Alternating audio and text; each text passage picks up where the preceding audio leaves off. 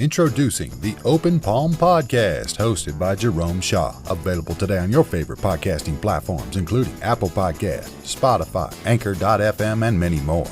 The Open Palm Podcast, where the host engages his listeners with inspirational messages, motivating themes, and thought-provoking ideas. Topics include: make more mistakes, how much is your value, don't get right, get going, learning to let go, excellence is a habit, and more. Binge listen today. Subscribe today. It's getting excellent ratings. That's the Open Palm Podcast, hosted by Jerome Shaw. You can also find it on YouTube. Make sure you share it with your social networks and connect on Twitter and Instagram at Jerome Shaw. That's the Open Palm Podcast with Jerome Shaw. Available today on your favorite podcasting platforms. Go listen, download, and subscribe now.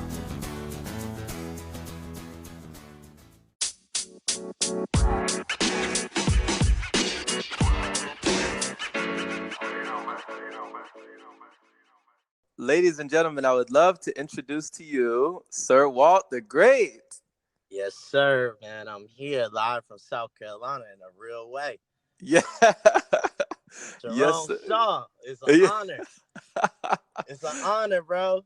Hey, man, the honor and the pleasure is mine, brother. Thank you for taking the time to join us. Yes, sir. As y'all heard, I am from Sumter, South Carolina, 803. Yeah. That's where me and Jerome originally met. We are Yes. fam. You know, we've been rocking hard for years. Yeah. You know, so I'm 31, born 1988. Yeah. Just a little backstory, like, you know, I grew up hip hop. Yeah. And for everybody that know me, they know that's the truth in every way, like not just the music, but the fashion and everything that come with it. So the lifestyle, artistry, music, drawing, everything that came with hip hop, growing up in the 90s, listening to Biggie, Tupac, Big Pun, you know, Wu-Tang, all of that, all the classics, you know, like that's my era. That's how I grew up. You feel me? Yes, sir. Yes, sir. In a real way. And also the Fresh Prince as well. You know, all this is like this entire episode revolves around the 90s. Like not only the Fresh Prince of BelAir, but A Different World, like all of these black images, you know, all this imagery from the 90s that was just amazing at the time. Like A Different World, Martin, Fresh Prince of BelAir, like you said.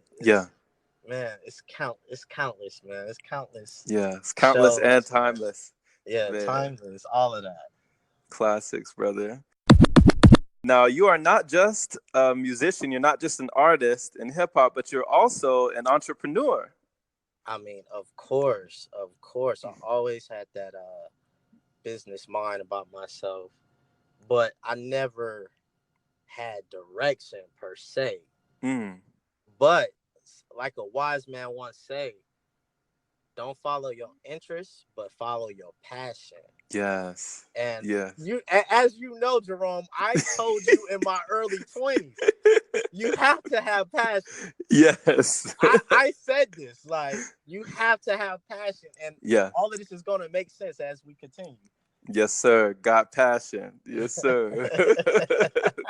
So, can you share some light on your early workings of Walt, you know, of SirWaltDaGreat, things that you had to do to get by before you became this entrepreneur, business-minded person?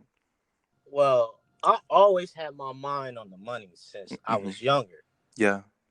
But exactly where I was going to go with it, like growing up, like I had no idea. I just always followed my passion. So when it was rapping, that's what I was doing. But everything that came along with rapping and hip hop, as far as the music, the fashion, sneaker collecting, these are like subcultures of the hip hop culture. You know, so everything plays a part as far as hip hop, but these are all like, you know, branches on the tree of hip hop. Right. And that's the way I came up, like all of that, man. The music, the beats, the freestyling, as you know. Yeah. Y'all definitely put me on the freestyle culture, just getting me to open myself up. I will always be grateful to you and just the whole crew out there just for for opening me up to the possibilities in my life. Speaking of sneaker game, the sneakers that you were collecting, about how many sneakers do you think that you collected in your early years? I mean, the numbers was crazy. You got to understand, like, Jerome, and you know this, but for the people that don't know, like, right, I've been doing this since middle school. So this is pre-teen, this is before teen years. And it carried well on into my 20s. So, like, man. Were we talking like in the hundreds, or in what the we hundreds? talking? In the hundreds, not thousands, but in the hundreds. Yeah, easy, because just for all the sneakerheads that are listening, like, as far as like the countdown packs, even before that, like Black and Cement 3s from 2001, 1999 Jordan 4s with the Nike Air before they start retroing it with the Nike Air on the back. Like, I had the first retros, like, and then I was doing OGs. Like, I got obsessed. Like, I needed the 96 Jordan 11s. Like, I needed the 94 Jordan 1s, and everything that came with it. So it wasn't just the sneakers, but also getting into the fashion and the outfits that came along with these sneakers in the 90s. Yeah. And later on in the 2000s, that's when the skateboard era came along. And Nike came out with this line called Nike SB, which is Nike skateboarding. And it was getting crazy. I mean, like, De La Soul highs, like Sea Crystal highs, skunk dunks, undefeated dunks, like multiple pairs of all of this. Like, I've been doing this since high school, buying multiple pairs of the same sneaker. Like, this might sound outrageous to the regular listener, the uninitiated. Yeah. in the sneaker world, this is common. So as far as like all these things that was dropping, even later on with the countdown packs, like, I was buying multiple pairs. I was buying 3 pairs, everything, and just stocking everything. Like, I felt like I was a collector I would never sell. Right. And I mean, that's how I just had a countless amount of sneakers. And you witnessed this. This is not like me making, like, me personally. Oh, like, I know. I remember. Yeah, I remember seeing the boxes on top of boxes on top of boxes. Yeah, in the room. So two closets in my room, completely under the bed, on top of the dressers. I took up some space in my brother's room. Like, it got crazy. Yeah.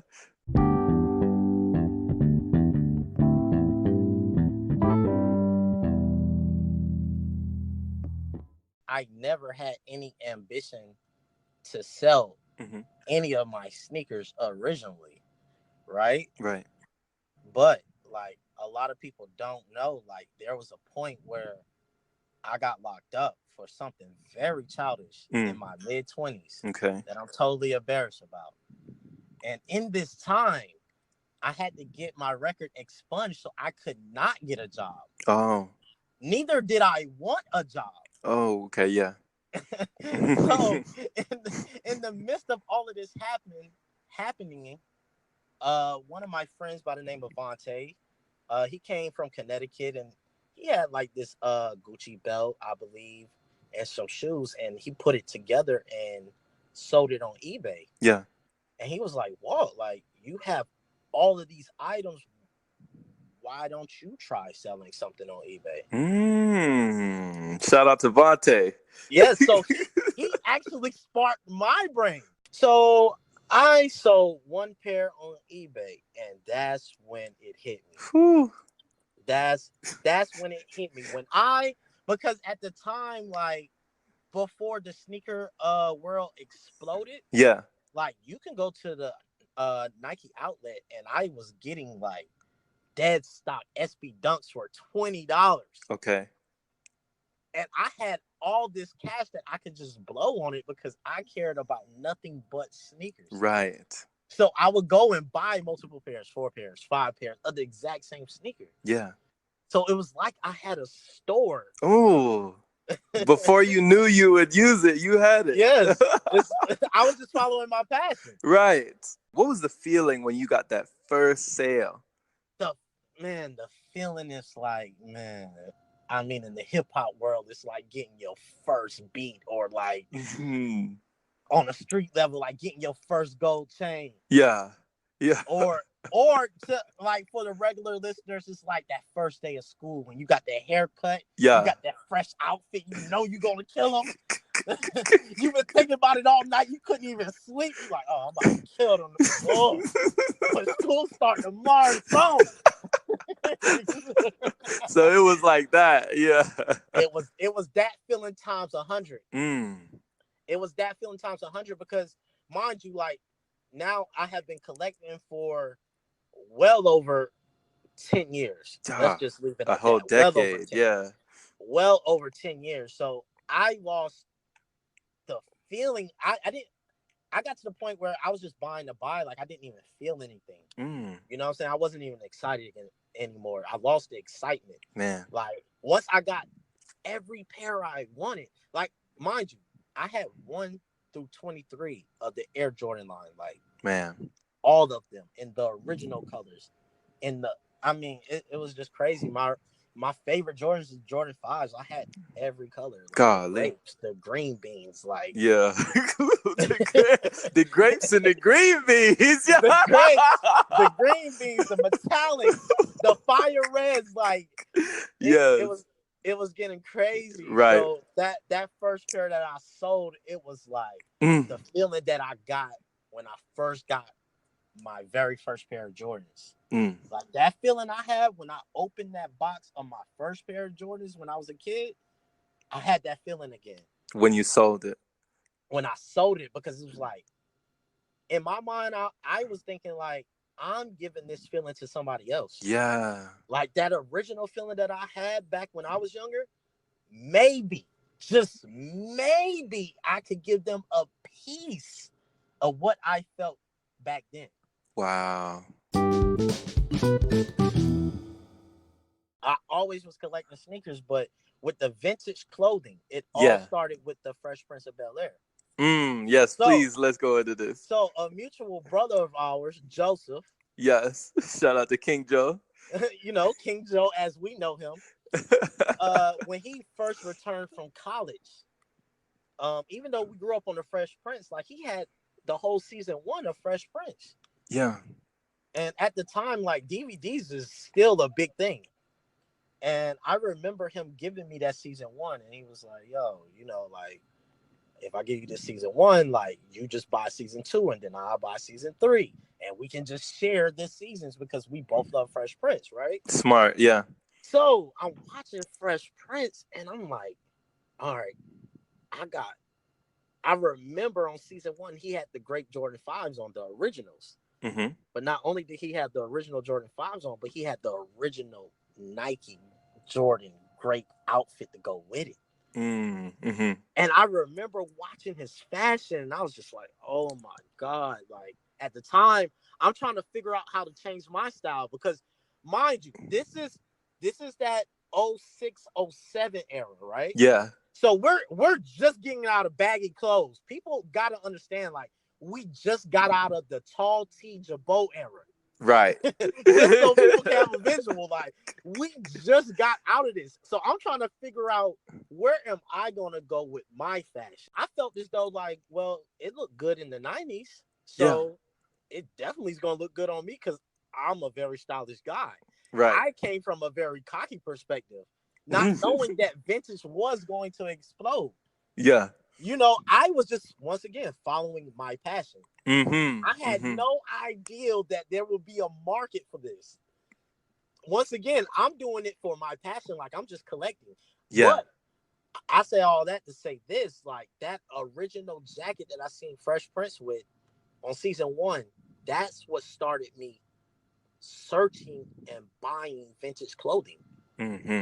And the unique part about that is, if I would have got that jacket that year that I was searching, I would not have had the massive collection of Ooh. vintage Nike Ooh. that I had. On the journey to getting this one jacket, I'm like, well,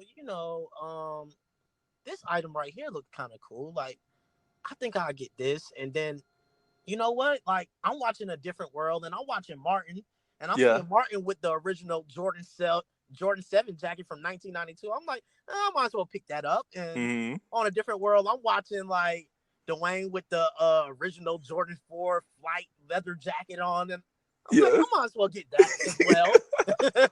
Like, I think that would look good as well, but nothing got me off the path right to getting this original jacket. That was the mission. That was the mission. Yes. And that was the only thing I had on my mind. Now, fast forward 5 years later, right? 5 years. Okay. 5 years. See, that's the thing. Like, people, we're in this text message era where people give up. We want everything so fast. Right. I could not get this vintage item. It was only one. So fast forward 5 years, I finally get the jacket. It's perfect in my size. No, I mean, just mint condition, everything. It looked like I was back in 1990, literally. Yes. Yeah. And the crazy thing is, I opened the package, right? I ordered it. I opened the package, and once I put it on, I didn't even care about it. I didn't even want the jacket anymore. So I'm like, what? I did all of this for this one jacket. Man. And I finally got the jacket. I didn't even want it. Oof. I didn't even care about it. I was just like, okay, it's cool. But now I look back and I have years of vintage Nike jackets in my closet. Right. And I'm like, well, what am I going to do with all of this? Like, all I wanted was this one jacket. Right. I don't even care that I got it now. And now I have hundreds of pieces of vintage Nike. Right. Now I got the bug bit me. I'm like, oh my God, like I have a whole store in my room, literally. And I have eBay. Yeah. At my disposal. Right. And I'm in my mid-20s. And it's like, man, I want to travel. Yeah. Like, and now I just have income just coming in. Like, mind you, at the time I bought these sneakers for maybe $200 all the way down to like $20, the cheapest, right? Mm-hmm. And I'm selling sneakers, individual sneakers, $500, $900, $1,000, $1,200, $1,500. And then there's a young Jerome Shaw that is graduating from college. Yeah. He's in Texas at this time. And Joseph, our friend King Joe, he's like, yo, let's go to Texas. I got the money. Let's go. Yo, let's go to New Orleans. Let's surprise Jerome for his birthday. Oh, let's go. I got it. I got my half. Yeah. Oh, yo, it was already covered. New York. Let's go. I got it. To me, like, it wasn't about money. I wasn't obsessed with money. Money was more of like a green light. Like, it's a go. Like, I don't have to stop. Yeah. I do not have to. Wherever I want to go, I can go. Dang. Like, it's my access to the world. To wherever I want to go. It's just like, anybody have a suggestion? Like, let's go. Like, okay, we're going to New York. All right, we're going to New Jersey. All right, we're going to Texas. We're going to New Orleans. We're going to Florida. Right. We're going to Atlanta 1 million times in 1 year. Like, yeah. It's just like, whatever.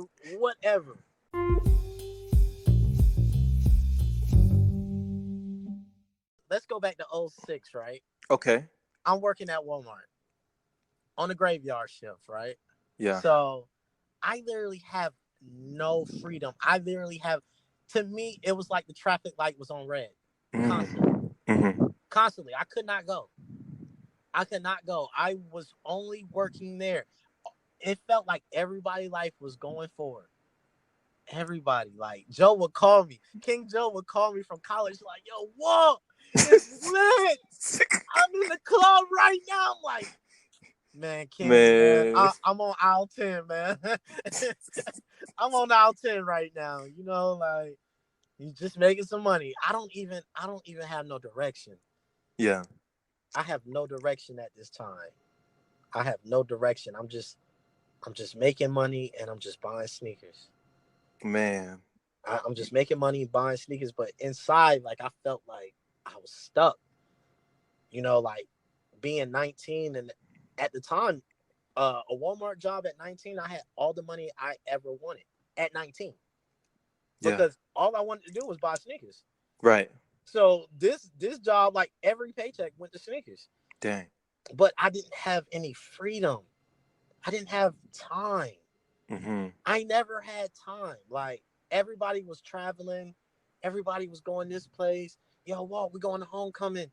No, I'm Right. stuck on aisle 10, bro. You fall a part of somebody else's plan. They don't have much plan for you. Right.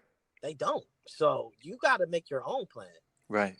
You know, and you know, in this world, man, it's about the sprint, man. It like it's a marathon. Like, you know, you got to be in it for the long haul. Like, you know, and I mean, man, I just remember those times, like, just feeling hopeless. Yeah. Just feeling hopeless. Like, I was at the traffic light on red for years. And then, you know, a blessing in disguise came. And, you know, it's like, if you're trying to prepare once the opportunity is there, like, you already too late. Like, Right. I already did all the back preparation on all of this. Mm-hmm. So it was just like, not only did the opportunity present itself, but I was aware. Yeah. And that is key because there's millions of dollars around us now, but we're just not aware of it. Right. You know, like right now, like if somebody knew that they could make 20, 30, 40, 100,000, like, why are you not making it? Exactly. Because you're not aware. Mm. So it's like, you know, we have to seek awareness. When you don't recognize the opportunity in front of you, it could be just like a stranger passing you on the street. You have no reason to stop and talk to that person unless you recognize them. Right? So that's how we can recognize opportunities. Once we start to become more aware, I feel like it opens you up. It opens your eyes to the things that are already passing you by, like the pedestrians that are already passing you up, to where you can hone in on something that could have been in front of you this whole time, you know? So, wow. Exactly. I just love it. And it's like eBay was always there. Yeah. You know what I'm saying? Also, the ability to sell on social media, that was always there. Right. Like, you know, as soon as we got Instagram, we could have been on it. We could have been selling things through Instagram, but the awareness wasn't there. Right. I met so many great people online once I started selling it on Instagram, eBay, because it was like, now I'm meeting people that grew up like me. Like, man, I was searching for these sneakers for 10 years. Right. I That could feeling. not find it in a 9.5, bro. I needed this. So being able to bottle up that feeling and send it to somebody and have them receive the same feedback that you received when you bought them, you know, and just being aware enough yourself to, within the opportunity that you created, to find even yet another opportunity to cut out the middleman and go straight to the consumer. That's genius. Yes, that's genius. the world. That's the beauty of the world we live in, because we can go straight to the consumer now. Like, there is no middleman. Like, there used to be gatekeepers. There is no middleman if you choose, but only if you choose and you have the awareness. Right. So it's like we can go straight to the consumer. Like, even with the podcast, like, we going straight to them. Man, like, you know. So it's a beautiful thing, man. Technology.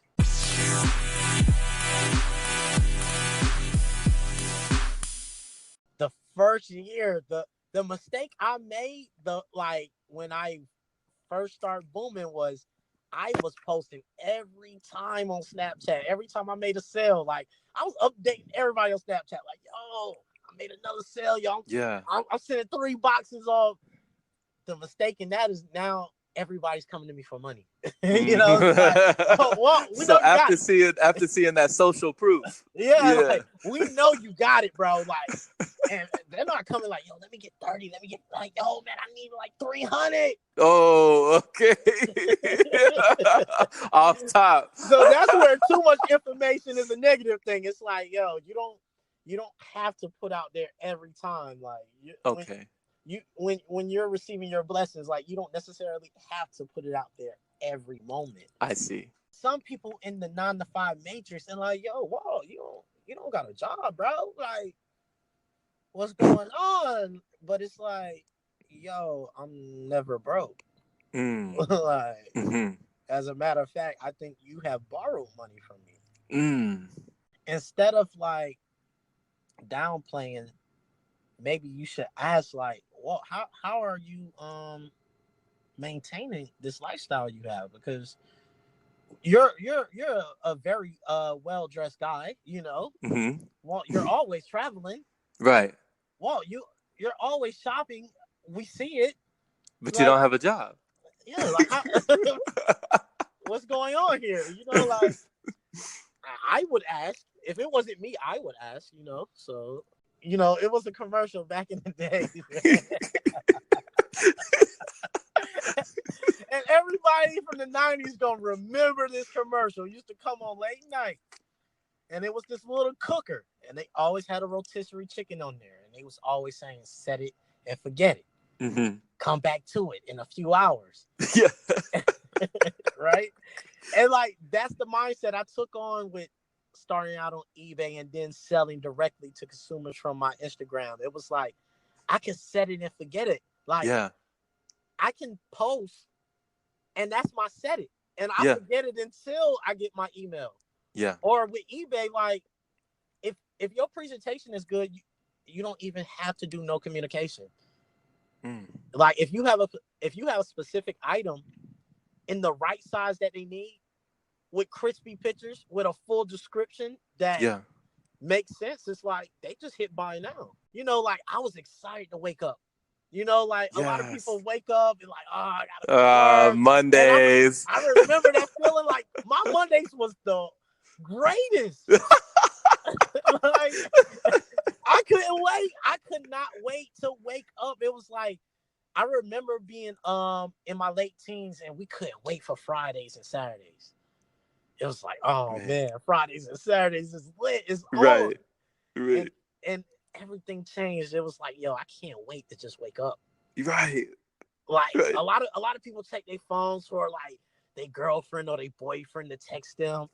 I was checking my notifications, like, how much money did I make?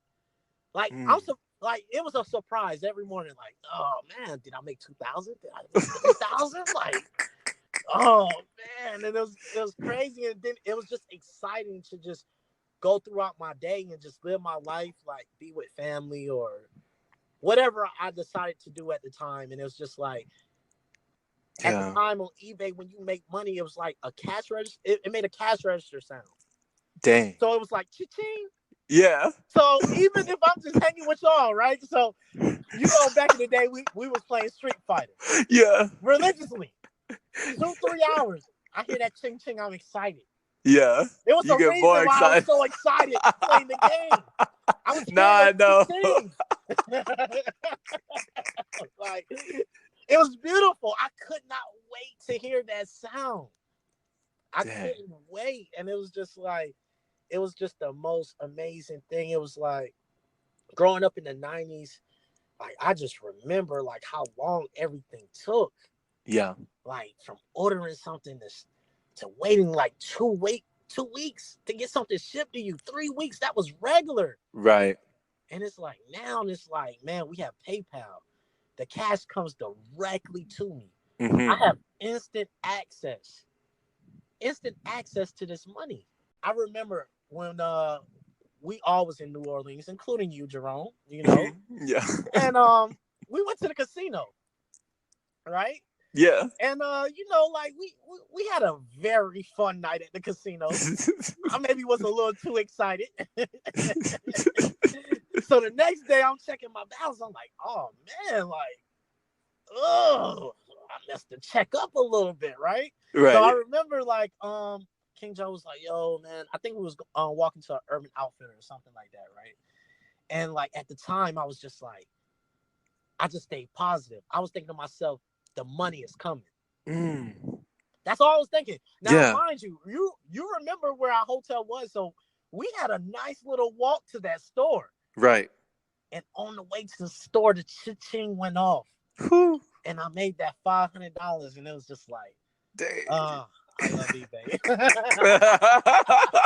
Life is sweet, you know, like, I love this, man. It's just like the power of positive thinking, like, you know, a lot of people say. And everything just sounds so mystical these days, like law of attraction and power of thinking positive. It's like, bruh, can we break this down into like things that, you know, somebody that, you know, is not really hip to that, or people that might not be reading like the 48 laws, all of that, you know, like break it down simpler. Is like when just like when you order something and that feeling, like once you pay your money for something, you're expecting it to come. Yeah. That's the feeling you gotta have with making money. Like, you know, like once you order, everybody orders something online. Everybody loves Amazon. They order something online, right? And it's like that after that 2 days went by, it's like, yo, you checking the window in the morning, like, yo, I know my package here, like, I know it's coming. Like that feeling where it's like, yo, I spent my money, I know it's coming. Yeah. Like, that's the same passion you gotta have about your money. Yeah. And your business. It's like I'll be waking up like looking at the phone, like, I know. I know it's on its way. Like, I know it's coming because I already set it and forget it. So, you know, I mean, it's only a matter of time. Like, this money is coming. You know what I'm saying? You know, a lot of people look at it as something easy. Like, okay, like, bro, you just sell shoes and, you know, you don't really got to talk to people. But a lot of times, like, you got to make negotiations. Like, right. You got to do the deals. Like, you got to make these deals. Like, I don't really want to give too much of my strategies away. It's all good. But I will say this. Like, I will always price all my items higher than what I truly wanted, right? So on eBay, like, you can set a buy now price, right? So for example, like, let's just say I'm selling like a countdown pack, and my buy now is $1,000, right? But you can also send an offer. So I will always set my buy now way higher than what I wanted. Yeah. You know what I'm saying? And my whole philosophy was, if we meet in the middle, then that's exactly where I wanted you. You know? So I hope people are listening, brother. I hope people are taking notes, because he's giving you the keys right now. These are the golden keys to the kingdom right here. You feel me? Like, you know, when I was setting the price at $1,100, I don't want $1,100. I would love to get $1,100, and sometimes I did get $1,100. Right. But, you know, like, I was ready to negotiate. So I remember times like when we're just chilling, having a good time. I remember all of us being in Texas, right? And like, yes, we're partying, having a good time. I'm checking emails. I'm negotiating on the dance floor. Like, it's 2 a.m. Like, yeah, I'm hitting these people back as soon as the email come in. Like, that's the customer service right stops. there. Yeah. The grind never stops. Like, as soon as that phone ding, every time my hotline bling, that can only mean one thing. Yeah. The great said that. I remember like somebody disputing a sale. Something went wrong in the shipping. I can't even remember it right now. But they disputed that sale, and they froze my entire PayPal account. Not just the amount that they paid, but my whole account. Dang. And at the time, like, I had no reason to move my money off of PayPal because I have a PayPal card. Right. And I don't even care about cash. So it's like, as soon as my money hit my PayPal, I got access to it. So I remember a time going to New York on my way to Harlem, and my whole accounts get frozen. Dang. I'm like, oh my God, what am I gonna do? Like, you know what I'm saying? Like, I'm on the train to Harlem, like, man, what am I gonna do? Like, I gotta hurry up and make this right with the buyer and through eBay and through PayPal, so I can have access to my cash, because there's a lot of things I wanted to do while I was in Harlem. Right. You know, so it's the ups and the downs that came with it, but I learned a lot. In the process. Also, though, you can never doubt yourself. You can always make a sale even in the middle of a dispute. Okay. And I did that so many times. I can remember a time like, but see, with selling new sneakers, there is really no issues. It's brand new in the box, right? But when you're selling the used sneaker, like maybe it might be a little too worn for the person that bought it, right? Mm-hmm. So they can be like, yo, like these sneakers are a little more worn than what I thought it was. So what are we gonna do about this? Yeah. Luckily for me, I always had 3 or 4 pairs. Yeah. I can think of at least 4 times where somebody will hit me up about the used sneaker, and not only do I keep the money from that sale, but I would sell them a brand new version of that same sneaker. Yeah. I remember that. Like, they hit me up like, yo, like, what are we gonna do about this? This sneaker is a little too worn. What can we do? Hey, well, as a matter of fact, I have that exact model from that exact year, that exact color, brand new. Mm. I will make a deal with you, but my deal was always me coming out in the green because, mind you, I was buying these sneakers for the low. Right. Because I was going searching. I was going to the outlets. I was going to these skate shops. Right. So even for the low, it was like $250. $250 is the low. Man. For the brand new shoe. But I spent maybe $50, $70, $80 for that shoe. So being thorough, yeah. Yeah, so I still came out on top. And it's like, a lot of people wouldn't even budge on that. A lot of people would be like, well, yo, just send me back my sneaker and I'll give you your money back. No, not only do I want that sale, but I want another sale. Wow. So being able to turn a dispute into a deal, into another deal. That, ooh. I hope y'all taking notes right now, man. I never had no ambition to give money back for what? It's already in my account. Wow. Let's figure this out. Let's figure it out. All right. Like that was my whole mindset. Like, let's figure this out. There's I think it's like I don't know. I think it's a Chinese symbol for crisis is danger and opportunity.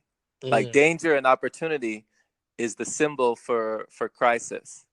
And it's like in that dispute, what other people might see as a problem, you saw it as an opportunity. I love it.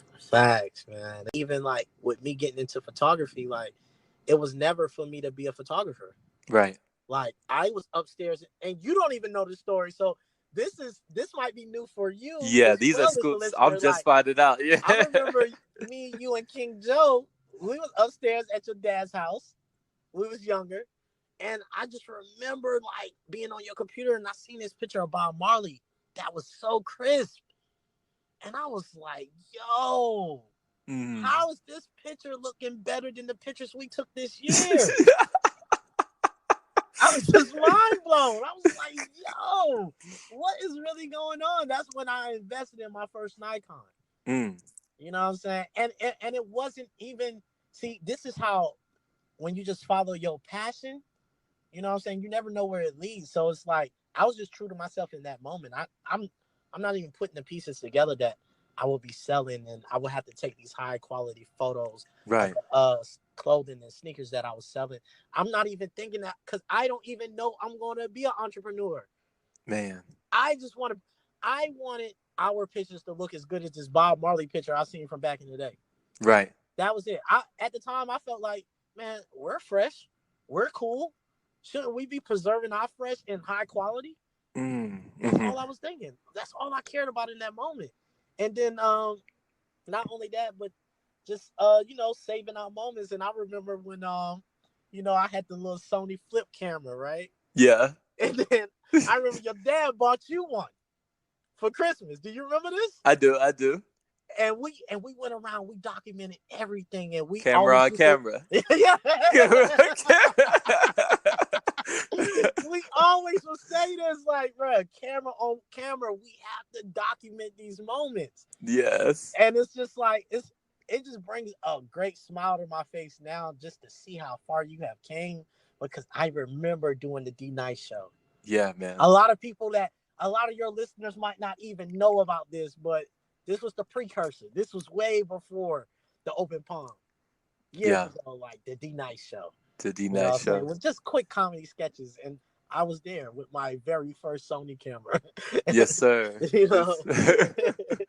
Hey, man. Well, they won't know unless you tell them.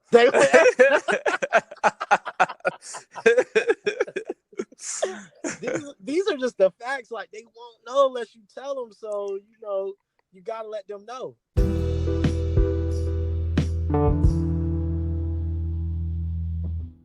Everything starts small, you know, and it's like when you're starting out on a new, like a new path in life, like it's good to start small and just build from there. So I remember maybe a month and a half ago, like you called me to be your accountability partner. Yes. You remember that? Yeah. Yes. And Yes. you were starting your journey. Mm-hmm. And my only responsibility was to keep you on your path. Yeah. Right? So for the people that might not know, like Jerome, he gave up all solid foods. It's crazy, but it's true. Like, he gave up all solid food for 30 days and he's still on his path. Like, Yeah. And it was amazing. And all I had to do was keep you accountable with that and also keep you accountable with dropping your podcast daily. Right. That was it. But, you know, I read something that says when you shine, you also give other people permission to shine. Mm-hmm. So helping you on your path, I was like, you know, if Jerome can do that, what can I do? Mm-hmm. That's all I thought about. I was like, what can I do? So I was like, you know, let me just try giving up eating meat. This is like the biggest thing at the time. Like growing up in South Carolina, like barbecues, giving up meat in the summer. I'm in the middle of doing this. Like, I'm not even done on my 30-day journey yet. Like, right. I'm in the middle of doing this, bro. Like, I'm on day 20 right now. Man, the people think you were crazy for even 5 days. Oh my God, bro. Like, it was like, what? Like, yo, Sir Walt, what are you doing? You not coming to the barbecue? Auntie so-and-so is about to whip it up. Walt, you ain't coming through. Man, I know you want a plate, bro. I'm saving you a plate, bro. I know you need them turkey wings. I know you want this. Oh, the barbecue ribs. Well, I know. You know what I'm saying? But at the same time, like, just seeing your journey, and I just wanted a little bit of self-discipline, and I was like, you know what? I'm gonna give up meat, and I'm currently on that journey right now. Like, I have me a green juice right now, right beside me as we speak. Man, I applaud you. I applaud you, brother. Yeah, you know what I'm saying? Day 20, you know what I'm saying? Not only did I give up meat, but I also gave up drinking as well. Wow. You know what I'm saying? Like, last year I gave up drinking soda. You know, so, and you know, it's all about building up to the person you want to be, and it's all about becoming greater than the person you previously was. Man, and I didn't even know that you gave that up. So it's like from less carbonation comes more concentration. You know what I'm saying? That soda, man. Those sodas. I love that. Oh man, I love that. I remember my cousin Byron, like, he put me on getting a gym membership. Yeah. And he was like, "Wow, you, like, trust me, once you start working out, like, your body will let you know what you need to give up." Say that again. Don't even think about just being perfect. He was like, just make sure you come at least 3 to 5 times a week. 2 weeks into working out, man, I was so dehydrated, man, because I was the biggest Mountain Dew buyer on earth. Right. Like, I love Mountain Dew so much. I had cases at other people's house. Every house that I could possibly go to make sure that I did not have to stop at the store, I would already have cases there. Dang. Like, it was a true obsession with Mountain Dew as well. So that was a hard addiction to break. And it was like, all right, what is the last thing? And it's like eating meat, because it's like, man, growing up in the South, y'all just have no idea. Like, yeah, it's in the culture. You know, it's really a part of our culture down here. You know, like, in a real way. So it's like, man, giving up meat, like, people was like, like people was texting me like, "Yo, Walt, man, you lost your mind. Wow. You lost it this time, bro. Like, we seen you do a lot of things, but this is it. You Like, going too far. Yeah, You like we draw the line here, bro. Like, you lost it this time, man. Like, I remember the text messages just flooding in. Like, Walt, are you all right? Sir Walter, like, you sure? Like, what happened? And you know the older people, like, you know how they'll talk to you, baby. Are you all right? Baby, like, are you good? What's the, like? Do I need to pray for you? Did something happen?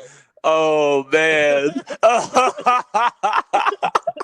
You know, it's just like I just wanted to challenge myself, and I wanted to discipline myself, and I know like that was like the hardest thing, being from Sumter, South Carolina, like giving up meat in my personal life, like that was the most difficult thing. So it's like, why not challenge yourself with the hardest?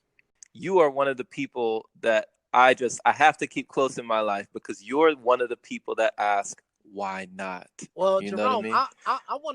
I wanna bring something back to you, because when you was living in South Carolina, right, and we was all in our early 20s, maybe you was in your late teens.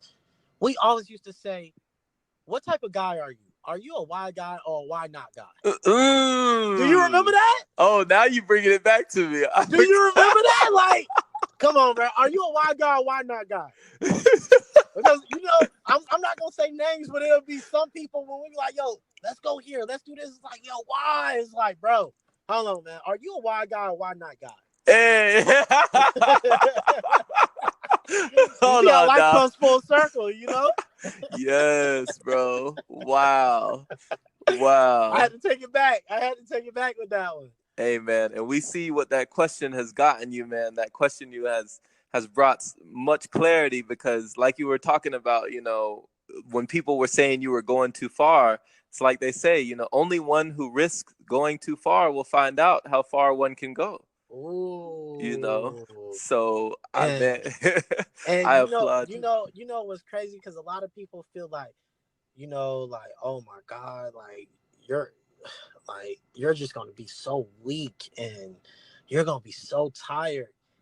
And giving up meat for 20 days, because I'm on day 20, it's the total opposite effect. Like, man, right now it's 2:31 p.m. It's 2:31 in the afternoon, right? Mm-hmm. I did not sleep last night, man. And I went to the gym at 4 a.m. And you sound so energetic right now. I went to the gym at 4 a.m., bro. I did not sleep last night. I went to the gym at 4 a.m., left the gym at 6 a.m. Man. Talked to my cousin until 8 a.m. Went home and listened to some positive affirmations until it was time for us to do this podcast. I have not went to sleep, bro. At all. I'm fully energized. No meat, bro. Like, I have to force myself to go. I might go and do a second workout, bro, because it's like, you have so much energy. Like, that's the thing. Like, a lot of people are taking these energy drinks and they working these 12-hour shifts. Like, trust me, like, for anybody that doubt what we have done, like, give up meat for 12 days. Like, if you can push past that 7-day limit, see how you feel. Yeah. For everybody that need more energy in their life, just see that. Just find out for yourself. Yeah. It's like, don't take our word for it. You know, find out. I didn't, like, I have to say this again. I did not go to sleep last night. And I went to the gym. Brother, thank you for sharing your light, man, your message. Thank you for sharing your experiences, because, man, I myself have thoroughly enjoyed this, brother. Yeah, man, this is fun. This is the first of many, you know, like, because we always have these power talks, as we call it. Yeah. For the people that don't know, like, this is nothing new. Like, me and Jerome, like, we'll be on the phone for 2 hours easily. Yeah. Like, planning our future, thinking of ways to change the world. Like, this is regular. Any places that you would like people to come find you in your work, or just you in general, what would you like to tell the people? I mean, SirWaltDaGreat on everything. Like, that's it. Like, SirWaltDaGreat on everything, Instagram, Snapchat, like whatever social, whatever you have, like SirWaltDaGreat. You want to email me, SirWaltDaGreat at Gmail. Like, Yes. let's go. Like, Yes. so, and I'm always available. Like, y'all can hit me up and ask questions if you want to get into something similar, or you want any ideas on how to get whatever you got going on started. Like, I'm cool with sharing the knowledge, like whatever knowledge I have, because I'm learning and sharing as I go. Right. Like, even with the giving up meat, like I'm not even done on this journey. Like, I'm in the midst Right. of it right now. Y'all hearing this live in real time. Right. Like, it's 20 days. Man. And I love that you're learning and sharing, because not only is sharing caring, but the beauty of teaching something is that you get to learn it twice. You know, that's the beauty, man. So y'all just heard it here.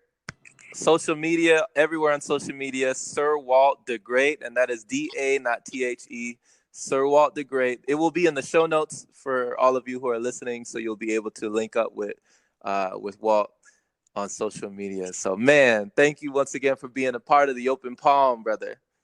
Yes, sir, man. I'm honored. Like, I want to let you know on the Open Palm, I'm honored to be on here, because many nights while I'm working out in the gym, what is getting me cranked in the gym is the Open Palm. Like, that's what I'm listening to. And I'm not just saying this because I'm on the segment.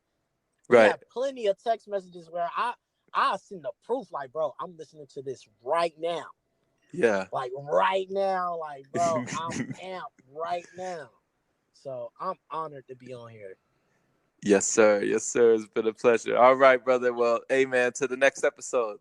Till the next episode. And like we always say, man, stay powerful. Stay powerful. All right, bro.